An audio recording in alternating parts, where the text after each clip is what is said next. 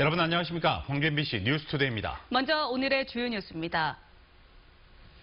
오늘 출범하는 광주시 일자리위원회에 노동계가 참여하지 않기로 했습니다. 현대차 투자 유치가 더 미뤄지지 않을까 우려됩니다. 광주 도시철도 2호선 공론화가 시작부터 삐걱거리고 있습니다.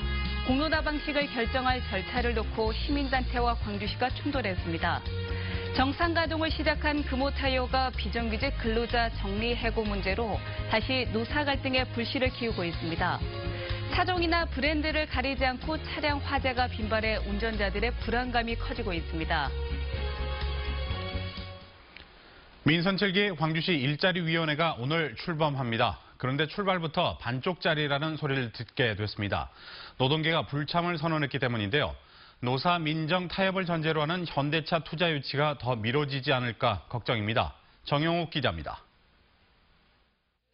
민선 7기 일자리위원회는 민선 6기보다 위상과 역할이 강화되면서 일자리 창출을 위해선 부서를 뛰어넘는 컨트롤 타워 역할을 하게 됩니다. 시의 모든 부서와 시 산하 기관들까지 뛸 수 있도록 하는 그런 체제로 일자리 중심의 시정 체제로 바꾸려고 하는 것이 큰 차이다 이렇게. 그런데 한국노총과 민주노총 등 노동계 위원들이 불참을 선언하면서 반쪽짜리 위원회로 전락하게 될 형편입니다. 한국노총의 경우 현대차와의 협약 내용을 서면으로 공개해달라고 요구했지만 광주시가 알맹이가 빠진 원론적인 자료만 공개했다며 불참 의사를 표시했습니다. 노동계를 파트너로 생각하는지 진정성에 의심이 든다는 겁니다. 두루뭉실하게 보냈다는 소리입니다. 노동계가 참여할 수 있도록 협상에 참여할 수 있도록 정권을 보여주라는데 그런 부분에 대해서는 아무 내용이 없다는 소리입니다. 지난 화요일 간부회의에서 노동계의 요구를 적극 수용하겠다는 이용섭 시장의 발언과는 다소 거리가 있는 셈입니다. 광주시는 노사민정협의회를 별도로 열어 현대차 투자 유치 방안을 논의하겠다는 입장이지만 구체적인 시간표를 내놓진 못하고 있습니다. 노동계를 일단 배제한 채 이달 안에 목표대로 현대차와 투자 협약을 진행할지 아니면 이달을 넘겨서라도 사회적 대타협을 전제로 투자 협약을 이끌어낼 것인지 광주시의 고민이 깊어지고 있습니다. MBC 뉴스 정용욱입니다. 도시철도 2호선 공론화가 시작부터 꼬이고 있습니다.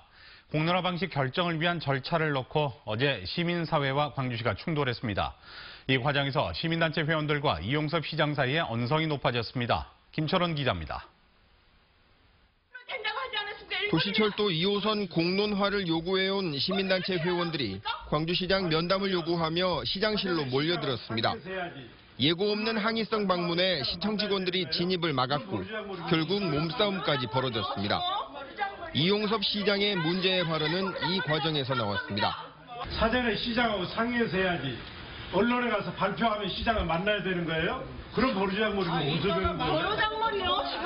버르장머리? 이런 시장이라 버르장머리 어디서 한 겁니까?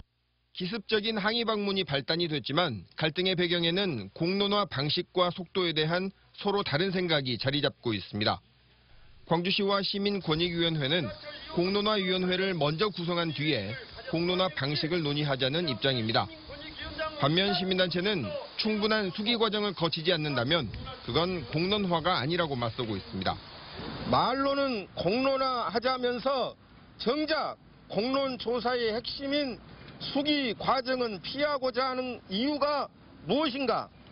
2호선 건설 여부나 방식을 결정하는 시점에 대해서도 각각 생각이 다릅니다.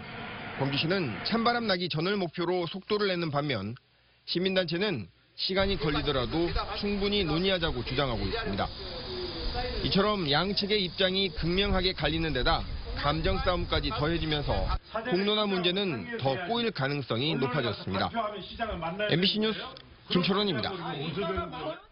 오늘은 폭염과 열대야가 잠시 주춤하겠습니다. 우리나라 북쪽에 위치한 고기압의 영향으로 차고 건조한 공기가 유입되겠는데요. 대부분 지역의 밤사이 기온이 25도 아래로 떨어지면서 열대야가 해소됐고요. 낮 기온도 살짝 떨어지겠습니다. 이대로 폭염이 끝나진 않을까 기대도 되는데요. 아쉽게도 이 한기의 영향은 이번 주말까지겠고요. 다음 주 월요일부터는 또다시 북태평양 고기압의 영향으로 덥고 습한 공기가 유입되면서 보이면서 폭염과 열대야는 계속될 전망입니다.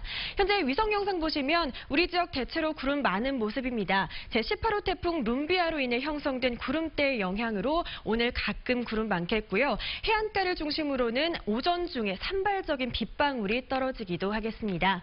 현재 기온 광주가 24도로 열대야 해소됐고요. 낮 기온은 35도를 보이겠습니다. 그 밖의 지역도 아침 기온 23도 안팎을 보이면서 열대야가 해소된 상태입니다. 낮 기온은 34도 안팎을 보이면서 어제와 비슷하겠습니다. 무안이 33도, 영암도 33도, 강진은 32도 보이면서 역시나 폭염이 한풀 꺾이겠고요. 곡성과 구례는 33도, 여수는 31도 보이면서 더위가 한층 누그러들겠습니다. 날씨였습니다. 우여곡절 끝에 정상 가동을 시작한 금호타이어가 비정규직 근로자 정리해고 문제로 다시 노사 간 갈등을 예고하고 있습니다. 사내 하청업체가 경영난을 이유로 근로자들에게 고통 분담을 요구하자 노조 측은 더 이상 물러설 수 없다며 맞서고 있습니다. 이계상 기자입니다. 금호타이어는 비정규직 집단으로 철회하라! 금호타이어 비정규직 노조원들이 근로자 12명에 대한 해고 계획을 철회하라고 촉구했습니다. 비정규직 노조는 타이어 수리 공정을 위탁받은 사내 하청업체가 교체되는 과정에서 근로자들이 집단 해고될 처지라고 밝혔습니다. 이들은 업체 측이 상여금 100%를 삭감하는 데 동의하지 않는 근로자들의 일자리를 빼앗아서 다른 비정규직으로 채우려 한다고 주장했습니다. 회사가 어렵다고 해도 비정규직 노동자들을 해고하고 그 자리에 또다시 비정규직으로 채용하겠다는 금호타이어의 경영 정상화 계획은 납득이 가지 않는다. 노조의 주장에 대해 금호타이어와 해당 업체 측도 반박하고 나섰습니다. 근로자 고용 승계를 추진하고 있는 업체 측은 현재 급상의 체계로는 운영난을 해결할 수가 없다는 입장입니다. 금호타이어의 경영 정상화를 위해 도급 단가가 동결되거나 하락한 상황에서 연간 매출액이 예년의 3분의 1 수준으로 떨어졌기 때문입니다. 간접 비용들이 많이 발생하지 않습니까? 뭐 4대 보험이랄지 이런 것들을 정리해보고 나면 도저히 12명으로는 현재 450% 상여를 주고 유지할 수 있는 수준이 안 됩니다. 상여금 100% 반납 등을 내용으로 하는 단체 교섭 합의가 결렬된 상황에서 비정규직 근로자 정리해고 문제가 노사 갈등과 대립을 다시 촉발하지 않을까 우려가 커지고 있습니다. MBC 뉴스 이계상입니다. 폭염 때문에 서울과 경남, 제주 등지에서 교육청이 개학 연기와 단축 수업을 일선 학교에 권고한 가운데 광주시 교육청은 학교장 재량에 맡기기로 했습니다. 광주시 교육청은 폭염이 진정될 것으로 예상되고 올겨울에는 혹한이 예상되는 만큼 폭염과 관련해서 개학 연기나 단축 수업 등을 권고하지는 않기로 결정했습니다. 다만 필요한 경우에는 학교장 재량에 따라서 학교 운영위원회 심의를 거쳐 단축 수업 등을 시행한 뒤 결과를 보고하도록 했습니다. 전국 시도교육감들이 성명을 내고 오늘로 예정된 대입제도 개선안 발표를 연기하라고 교육부에 요구했습니다. 전국 시도교육감협의회는 성명에서 정시 확대를 골자로 한 대입제도 개선안은 과거로의 퇴행이라고 주장하며 교육 전문가와 현장 교사가 참여한 가운데 공교육을 정상화하는 방향으로 개선안을 다시 마련하라고 촉구했습니다. BMW 차량 화재가 사회 문제가 될 정도로 잇따르고 있는데요. 부각이 안 돼서 그렇지 BMW뿐만 아니라 다른 브랜드 차량에서도 화재는 끊이지 않고 있습니다. 차에서 갑자기 연기가 치솟는다면 과연 어떻게 해야 할지 우종훈 기자가 알려드립니다. 승용차 유리는 열에 녹아내렸고 엔진룸은 형체를 알아볼 수 없을 정도로 탔습니다. 고속도로를 달리던 2016년식 그랜저 차량에서 불이 난 것은 새벽 2시 40분쯤. 30분도 되지 않아 모두 타버렸습니다. 현장 도착했을 때 그 갓길 가장자리 차량이 이동 조치되어 있었고 그 현장에는 운전자는 경찰하고 같이 있다 피신해가지고 있는 상태였습니다. 요즘 BMW 승용차뿐 아니라 이런 식의 차량 화재는 우리 지역에서도 하루가 멀다 하고 이어지고 있습니다. 지난주에는 달리던 SM5 승용차에서 불길이 치솟았는가 하면 탱크로리와 1톤 화물차 등 차종과 브랜드를 가리지 않고 차량 화재가 잇따랐습니다. 이러다 보니 운전자들은 불안합니다. 국산차도 가끔 그런 일이 많이 있다 보니까 이번 주 일요일도 지금 뭐 차량 점검을 제가 다시 한번 해보고 냉각수 확인도 해보고 엔진 오일도 또 찍어보고. 실제 올해 1월부터 6월까지 차량 1만 대당 화재 건수를 보더라도 차량 화재는 브랜드를 가리지 않고 일어나고 있습니다. 만약 운행하는 내 차에서 연기나 불길이 솟는다면 어떻게 해야 할까요? 일단은 갓길에 차를 세우고 현장을 이탈해 2차 피해를 막는 것이 중요합니다. 만일의 경우를 대비해 차량용 소화기를 비치해 두는 것도 좋지만 일단 불이 나면 직접 해결하려 하기보다는 119 도움을 받는 게 현명합니다. 차량에 불이 난 상태에서 이처럼 보닛을 함부로 열면 화염이 치솟아 자칫 더 큰 화를 입을 수 있습니다. 차량 화재가 걱정된다면 전문 업체를 방문해 차량 상태를 미리 점검받는 것이 필요합니다. 전문가들은 엔진에서 불이 나는 경우가 많은 만큼 냉각수와 엔진 오일을 집중적으로 점검해야 한다고 말합니다. 냉각수라든가 또 아니면 엔진 오일이 부족하다든가 이런 경우는 엔진이 과열돼 가지고 누수되어진 연료하고 혼합되어서 이제 발화돼 가지고 그 화재 발생하는 이런 경우가 좀 종종 있게 되집니다. 기록적인 폭염에 잇따르는 차량 화재에 운전자들이 신경 써야 할 일이 더 늘었습니다. MBC 뉴스 우종훈입니다. 광주시가 안전진단을 받지 않은 BMW 차량 400여 대에 대해 운행정지 명령을 통보하도록 5개 자치구에 협조 공문을 보냈습니다. 광주시에 따르면 광주에 등록된 BMW 리콜 대상 차량은 3천여 대로 이 가운데 13.6%에 해당하는 417대가 아직 안전진단을 받지 않은 것으로 파악됐습니다. 전자발찌를 찬 50대가 지체장애 여성을 흉기로 위협해 성폭행하려다 경찰에 붙잡혔습니다. 전자발찌를 찬 채 심야의 거리를 활보하고 성범죄를 저질렀지만 감독기관은 까맣게 몰랐습니다. 김진선 기자입니다. 지난 14일 아침 목포의 한 아파트에서 51살 조모 씨가 경찰에 체포됐습니다. 밤사이 정신지체 장애가 있는 60대 여성 A씨를 성폭행하려다 미수에 그친 사실이 신고됐기 때문입니다. 평소 알고 지내던 A씨를 집으로 유인한 조 씨는 A씨를 흉기로 위협해 성폭행을 시도했습니다. 서로 뭐 이야기하다가 집에 가서 이야기하자고 근데 이 남자가 자기 집에 데리고 가서 강간을 시도하다가 조 씨는 지난 2010년 성범죄를 저질러 7년을 복역한 뒤 전자발찌를 착용하고 있는 보호관찰 대상자였습니다. 새벽 3시 조 씨가 입원해 있던 병원에서 피해 여성을 만나 3km 떨어진 집으로 이동하는 동안 보호관찰소 측은 아무런 조치를 취하지 않았습니다. 보호관찰소 측은 조 씨가 야간 외출 제한이 없는 대상자로 평소 보름에 한 번꼴로 면담을 하는 등 관리에는 문제가 없었다는 입장입니다. 병원에서 다른 곳으로 가게 되면 저희가 추적을 할 수가 있죠. 그러나 병원에서 그 이동지가 주어지기 때문에 별다른 문제 없이 우리가 생각한 거죠. 경찰은 조 씨에 대해 특수강간 미수 등의 혐의로 구속영장을 신청했습니다. MBC 뉴스 김진선입니다.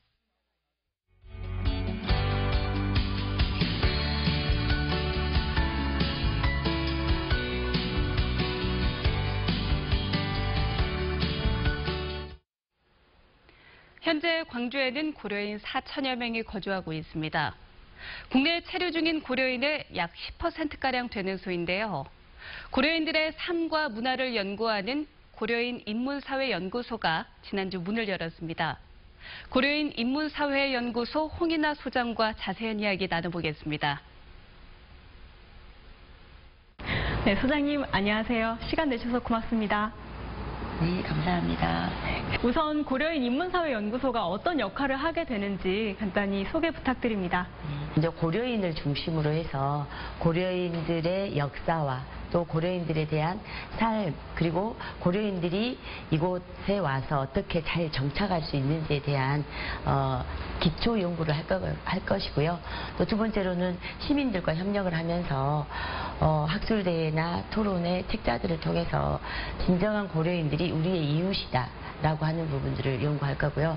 연구만 하는 것이 아니라 고려인들의 실질적인 정착, 안정된 정착을 돕기도 한다고 하셨는데요. 구체적으로 어떻게 도우실 예정입니까?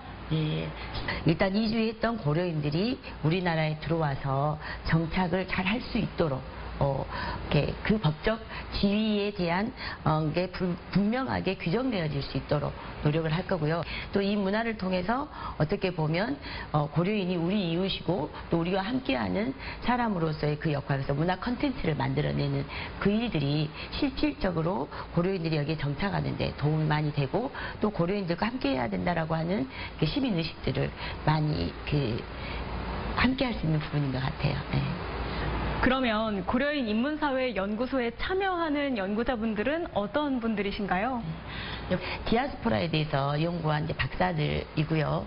또 지금까지 이제 고려인 마을에 그 여러 가지로 도움을 줬던 문화재단, 그다음에 호남대 링크 사업단, 그다음에 아시아 문화 중심 도시를 지향하면서 아시아 문화 전당에서 아시아권 문화하고 교류를 하잖아요. 그래서 이제 고려인들은 중앙아시아하고 교류를 하는 이런 부분에서 아시아 문화 전당에서 도움을 많이 받고 있어요. 그래서 각 기간별로의 그 연계, 지금 150년의 고려인의 그 역사뿐만 아니라 이곳에 와서 정착에 살면서 애로사항들을 문화적인 컨텐츠로 만들어내는 그 역할들까지 해서 이렇게 다양한 문화의 컨텐츠를 만들어내는 게 또 고려인 인문사회 연구소의 그 역할입니다. 광주도 그렇지만 머나먼 한국까지 와서 좀 어려움을 겪는 이방인들이 많이 있습니다. 그럼에도 불구하고 특히 고려인들의 생활 개선에 관심을 가져야 하는 이유는 무엇입니까? 고려인들은 연해주로 갔다가 중앙아시아로 갔다가 본인의 의지하고는 전혀 상관이 없이 유랑의 삶을 150년 동안 했거든요. 이거는 우리 민족의 아픔이고 또 우리 민족이 마땅히 보듬어야 될 역사적인 어떤 책무와도 같은 우리 동포의 이야기이기 때문에 그렇죠. 중앙아시아에 살고 있으면서 중앙아시아의 문화도 받아들였지만 우리의 문화를 지키려고 노력한 사람들이 고려인이고 한인 디아스포라 중에서 가장 한류의 문화가 많이 남아있는 곳이 고려인들이거든요. 연구소 개소식을 또 기념해서 다양한 행사들이 열리는 것으로 알고 있는데요. 좀 간단히 소개 부탁드립니다. 네, 이제 8월 27일 날 아시아 문화 전당에서 80주년 때 공연했던 나는 고려인이다를 한 30분 정도 공연을 할 예정이고요. 고려인 청소년에 대한 실태 조사 이런 것들을 백인의 식탁에서 하고요. 또 천인의 놀이터는 문화적인 어떤 고려인의 행복권에 대한 문제를 각 기관별로 문화재단, 호대 링크 사업단, 또 아시아 문화 전당, 또 강주 전남 발전연구원 그 차원에서 다양하게 해왔던 일과 앞으로 향후 어떻게 해야 될 것인지, 어떻게 문화 콘텐츠를 마련해야 될 것인지에 대해서 토론회를 가질 예정입니다. 네, 알겠습니다. 오늘 말씀 잘 들었습니다. 고맙습니다. 네, 고맙습니다.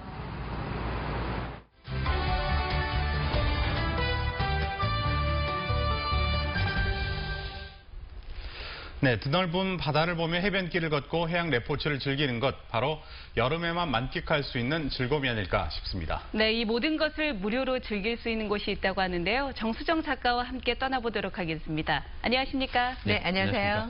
네, 오늘은 다소 활동적인 그런 장소가 아닌가 싶은데요. 어떤 곳인지 소개를 해주시죠. 네, 무안으로 떠나볼 텐데요. 먼저 홀통 해변입니다. 홀통은 내륙에서 폭 400m로 이렇게 유리병목처럼 생긴 조그만한 길을 이렇게 지나야 하는 곳인데요. 지도에서 보면 긴 병목 모양을 하고 있습니다.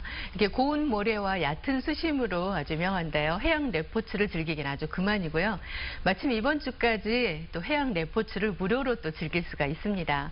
멋진 그 해송들이 그림처럼 서 있어서 이렇게 포인트를 잘 찾는다면 멋진 해넘이도 함께 볼 수 있겠죠. 네.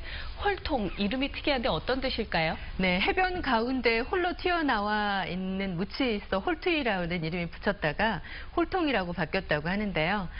즐길 홀, 감성의 통이라는 뜻을 함께 지니고 있습니다. 지도상에서 보면 호리병 모양처럼 이렇게 쭉 삐죽하게 튀어나온 땅인데요. 네. 양쪽 바다가 보이는 곳에 서면 이렇게 바람이 드나드는 곳으로 이렇게 바람의 바다라는 별명도 함께 가지고 있죠. 네, 저는 조금 전에 화면 보니까 버섯 모양으로 좀 생긴 것 같기도 했었는데 네. 홀통 해수욕장에서 해양 레포츠를 무료로 즐길 수 있다고 해요. 네, 소개를 그렇습니다. 해주시죠. 현경면 홀통 해수욕장에서 초중고 대학생 그리고 또 일반인을 대상으로 해서 19일까지죠. 토요일, 일요일, 공휴일에 이렇게 황토콜 해양 레포츠 체험 교실을 이렇게 무료로 진행을 합니다. 네. 해양 체험 교실은 윈드서핑 그리고 또 카이트 날리기, 딩기 요트 등의 해양 레포츠를 함께 즐길 수 있고요. 여기에 또 심폐소생술 그리고 또 물에 빠졌을 때 생존하기 위한 생존 수영법 등 다양한 교육들이 펼쳐지는데요. 이번 체험 교육은 해양 레포츠의 대중화를 위해서 그리고 바다에 대한 두려움도 극복하고 그리고 또 해양 레포츠를 쉽게 접할 수 있는 계기를 마련하고자 이렇게 준비했다고 하는데요. 체험 시간은 오전 10시부터 오후 5시까지입니다. 네, 알겠습니다. 작가님이 항상 걷기 좋은 길을 소개를 해주셨잖아요. 네. 이번에도 좋은 길 어떤 게 있을까요? 네, 혹시 무안 낙지길이 어딘지 아세요? 무안 낙지가 유명한 건 아는데 어딘지는 잘 모르겠네요. 글쎄요. 네. 네. 아마도 열의 아홉은 읍내에 있는 낙지 골목을 이렇게 말씀을 하실 텐데요. 해안길을 따라 바다를 곁에 두고 이렇게 걸어가는 아름다운 길, 이 길이 바로 진짜 낙지길입니다. 이 낙지길이 무안 해제면 생태 갯벌랜드 무란마을에서 시작해서 홀통 해변으로 이어지는 한 7.1km 구간인데요. 갯벌 습지 보호 지역과 이렇게 구불구불한 해안선을 따라 걸으면서 무안과 또 무안에 가면 갯벌, 황토, 생태 아주 유명하잖아요. 여기에 또 사람의 향기까지 느끼고 올 수 있는 코스입니다. 네, 무안 생태 갯벌센터에서도 다양한 프로그램이 진행되는 걸로 알고 있는데요. 네. 어떤 체험이 가능할까요? 네, 람사르 습지 갯벌 도립공원 1호로 이렇게 지정이 된 곳인데요. 무안 생태 갯벌랜드에서 다양한 체험도 함께 즐길 수가 있습니다. 갯벌과학관에서는 공룡시대 때부터 쭉 이어져 온 개와 낙지 등 갯벌에서 살아가는 생명체들을 다양한 정보도 얻을 수가 있고요. 네. 여기에 또 이야기가 있는 문화 생태 탐방로도 함께 즐기면서 또 개와 낙지, 짱뚱어까지 이렇게 직접 잡아보는 어떤 체험도 함께 진행이 되고요.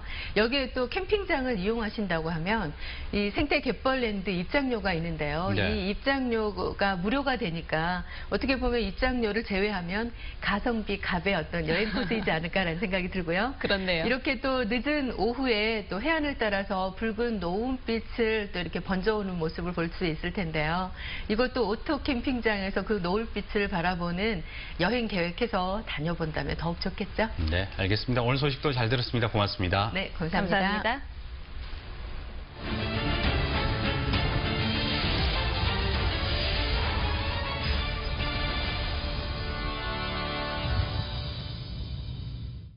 전라남도가 무안에 시행 중인 대규모 하천 재해 예방 사업에서 어처구니 없는 일이 벌어졌습니다. 토지 보상도 끝나지 않은 상태에서 공사가 절반이나 진행돼 버린 건데요. 전라남도와 무안군은 이에 대해서 서로 책임을 미루고 있습니다. 박영훈 기자입니다.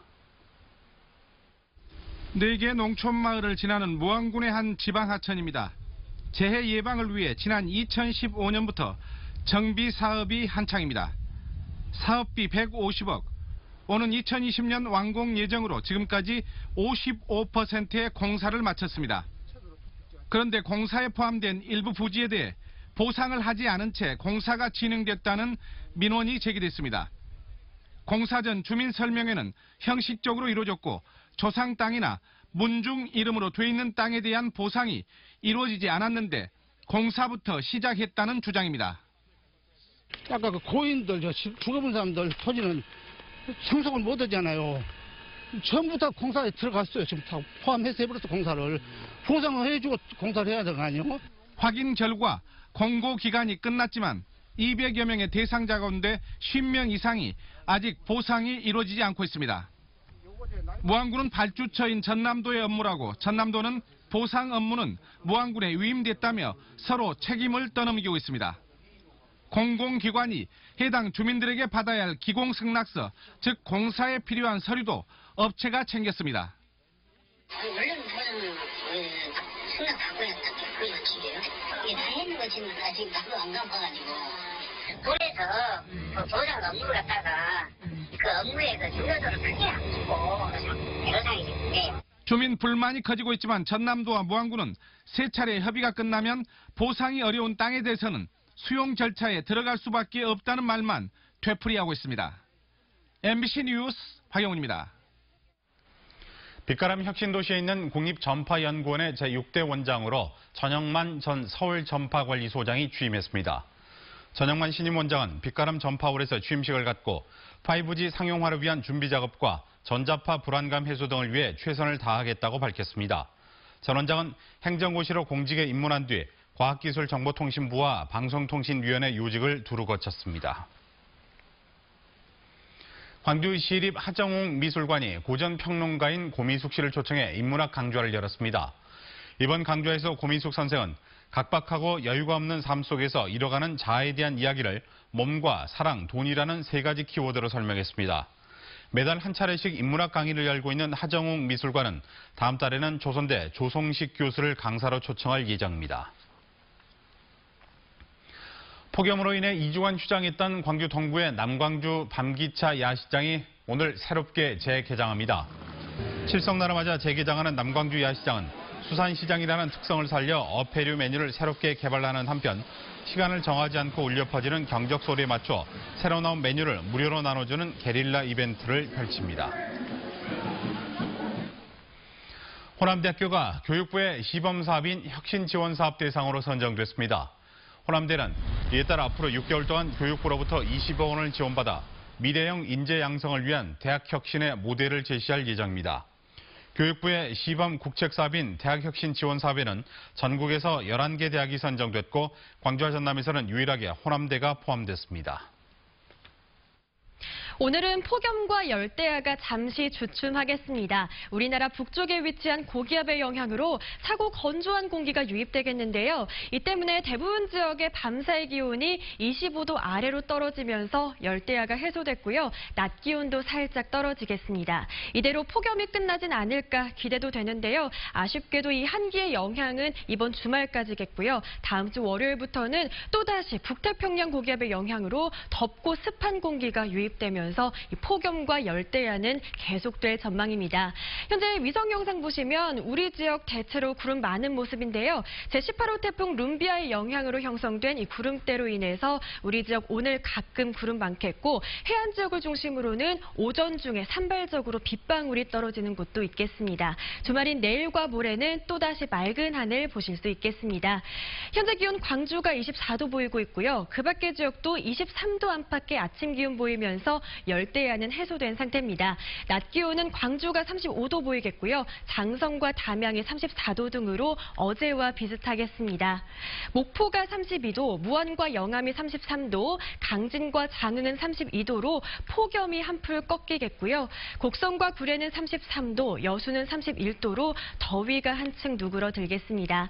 바다의 물결은 현재 풍랑 경보와 강풍주의보가 발효 중인 가운데 서해남부 먼바다에서는 최고 5m, 남해서부 먼바다에서는 최고 6m로 매우 거세게 일겠습니다. 항해나 조업하는 선박은 각별히 주의하셔야겠습니다. 광주의 낮 기온은 당분간 34도를 웃돌겠고요. 열대야도 다음 주 월요일부터 다시 계속될 전망입니다. 날씨였습니다.